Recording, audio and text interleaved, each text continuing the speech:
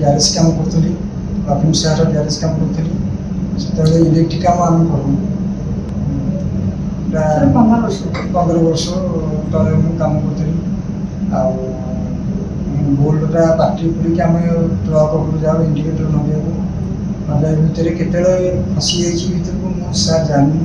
ଯେତିକି ଜାଣିଛି ଆମେ ଲକ୍ଷ୍ମୀ ସାର ଗ୍ୟାରେଜ୍ କାମ କଲା ଟାଇମ୍ରେ ସିଏ ବୋଲ୍ଟଟା ଆମେ ପାଟି ପୁରିକି କାମ କରିବାକୁ ଯାଉ। ଏତିକି ଜାଣି ସାର୍, ଆଉ କିଛି ଜାଣିନି କେତେବେଳେ ଫସିଯାଇଛି। ଏତେ କଷ୍ଟ କିଛି ମୋତେ ହୁଏନି। ମୋ ନାଁ ରାଜେନ୍ଦ୍ର ସମ୍ପତି। ମୁଁ 15 ବର୍ଷରେ ଲକ୍ଷ୍ମୀ ସାର ରସିଗଡ଼। ମୁଁ 15 ବର୍ଷ ତଳେ ଲକ୍ଷ୍ମୀ ସାର ଗ୍ୟାରେଜରେ କାମ କରେ। ସେ କେତେବେଳେ ନଟ୍ ଫଟ୍ କ'ଣ ପୁଡ଼ିକି ପାଟିରେ ପୁଡ଼ିବ ଆମେ ଜାଣିନୁ, କି କେତେବେଳେ କଷ୍ଟ ଫ୍ୟାନ୍ ଫ୍ୟାନ୍ କିଛି ହେବାର ନାହିଁ ଜାଣିନୁ। ରସିଗଡ଼ ବାଲିଆପଟା ବସ୍ତିରେ ଫଟୋ ଉଠୁଥିଲା ମାଗଣା। ସେମାନେ ଡାକିକି ନେଇ ଫଟୋ ଉଠେଇଲେ। ଫଟୋ ନଟ୍ ଦେଖାଗଲା। ନଟ୍ ଦେଖାଗଲା, ସେ ଏବେ କହିଲେ ଡାକ୍ତର କରା। ସାଙ୍ଗେ 6 ନମ୍ବର ମ୍ୟୁନିସିପାଲିଟି ଗଲୁ। ମ୍ୟୁନିସିପାଲିଟି ଆମକୁ 6 ନମ୍ବର ପଠାଇଲା। 6 ନମ୍ବରରେ ଆମେ ଯାଇ ଚେକଅପ୍ ସବୁ କଲୁ, ସବୁ ପରୀକ୍ଷା କଲୁ। ସବୁ ପରୀକ୍ଷା କଲା ପରେ ସେ କହିଲେ କି ତୁମେ ଶୀଘ୍ର ଅପରେସନ୍ କରା, ଆମକୁ ସନସାଇନ୍କି ଇଏ କରିବୁ। ଡକ୍ଟର ବାରିଆଙ୍କୁ ସ୍ୱାଇଁ ଆସିଲେ, ସେ ସବୁ ଦେଖିଲେ।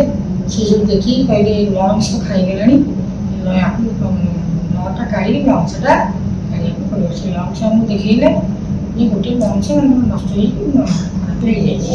ମିଷ୍ଟର ସୁଧାଂଶୁ ଚୌମ୍ପତି 49 ଇୟର ମେଲ୍ ଆମ ହସ୍ପିଟାଲରେ ସନସାଇନ୍ ହସ୍ପିଟାଲରେ ଆସିଥିଲେ ଏବଂ ତାଙ୍କର ଗୋଟେ ଆମେ କାଶ କଫ ଏମିତି ଧର ହେଉଥିଲେ ସିମ୍ପଟମ୍ସ। ତ ଆମର ଏକ୍ସରେ ଷ୍ଟାର୍ଟିଂ ଏକ୍ସରେରେ ଆଉଟସାଇଡ୍ ଏକ୍ସରେ ହେଇଥିଲା, ସେଥିରେ ଗୋଟେ ନଟ୍ ଗୋଟେ ତାଙ୍କ ଲଙ୍ଗ୍ସରେ ଥିଲା।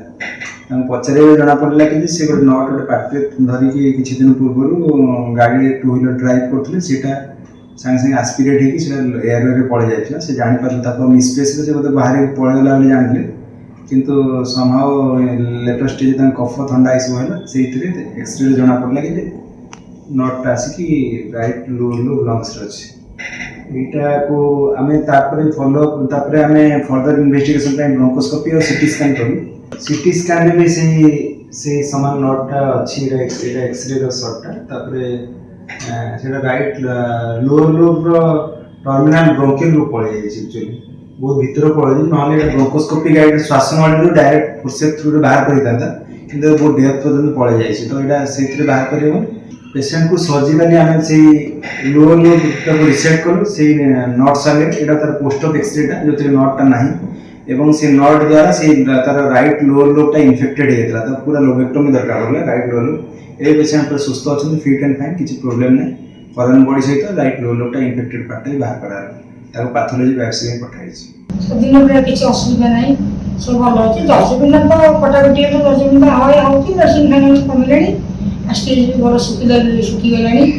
ଆଉ ସବୁ ତ ଓକେ ଅଛି। ଆଉ ପଛକୁ କ'ଣ ଆମେ ତ କହିପାରୁନୁ, ସାର୍ ହାତରେ କଥା। ଆମ ଡାକ୍ତରଖାନା ଆମ ଘର ପାଖ, ରସୁଲଗଡ଼ ପାଖ, ଆମର ପାଖ ହେଲା, ଆମର ସୁବିଧା ବି ହେଲା। ଆଉ ସମସ୍ତେ ତ ଆମ ପ୍ରତି ଭଲ, ଆମେ ବି ଭଲ, ସିଏ ବି ଭଲ। ଆମକୁ ଭଲ ଦେଖିଲେ, ଚେକଅପ୍ କଲେ, ଛାଡ଼ିଲେ। ଆଉ କ'ଣ ଅସୁବିଧା କିଛି ହେଇନି। এই প্রোসিডিওরটা জেনারেলি যদি ফরেন বডি কୌଣସି ଶ୍ୱାସନଳୀରେ ଯାଉଛି, ଯଦି ବଡ଼ ଏୟାରୱେରେ ଯଦି ଅଛି, ତାହେଲେ ବ୍ରୋଙ୍କୋସ୍କୋପି ମାନେ ଗୋଟେ ଶ୍ୱାସନଳୀ ଦେଇକି ଫୋର୍ସେପ୍ ପୁରେଇକି ବିନା ସର୍ଜରୀ ଦେଇକି ବାହାର କରିହେବ। କିନ୍ତୁ ଏଇ ପର୍ଟିକୁଲାର କେସ୍ରେ ଏଇଟା ପୁରା ଯାଇକି ଲଙ୍ଗ୍ସର ଟର୍ମିନାଲ ବ୍ରୋଙ୍କିଅଲ୍ ମାନେ ପୁରା ଡିଷ୍ଟାଲ ଏଣ୍ଡକୁ ପଳେଇ ଯାଇଥିଲା ଏବଂ ଯେହେତୁ ଟିକେ ଲେଟର ପ୍ରେଜେଣ୍ଟେସନ୍ କିଛି ଦିନ ପରେ ପ୍ରେଜେଣ୍ଟେସନ୍ ହେଇଥିଲା, ତ ଇନଫେକ୍ଟେଡ୍ ହେଇଯାଇଥିଲା। ସେଥିପାଇଁ ଆମେ ଖାଲି ନଟ୍ ବାହାର କରିବା ସାଙ୍ଗରେ ସେଇ ଇନଫେକ୍ଟେଡ୍ ପାର୍ଟଟାକୁ ବି ବାହାର କରିବାକୁ ପଡ଼ିଲା। ତ ତାକୁ ଆପ୍ରୋଚ୍ କରିଥିଲୁ ଆମେ ଆଗରୁ ଭିଡ଼ିଓ ଆସିଷ୍ଟେଡ୍ ଥୋରାସିକ୍ ସର୍ଜରୀ କରିଥିଲୁ, ମାନେ ଭ୍ୟାଟ୍ସ ଯେଉଁଟା କହନ୍ତି, ଛୋଟ କି ହୋଲ୍ କରି ସର୍ଜରୀ କରନ୍ତି, ସେଇଥିରେ ତାଙ୍କୁ ଲୋବେକ୍ଟୋମି କରିଥିଲୁ। ଏବେ ପେସେଣ୍ଟ ବହୁତ ଭଲ ଅଛନ୍ତି। Thank you.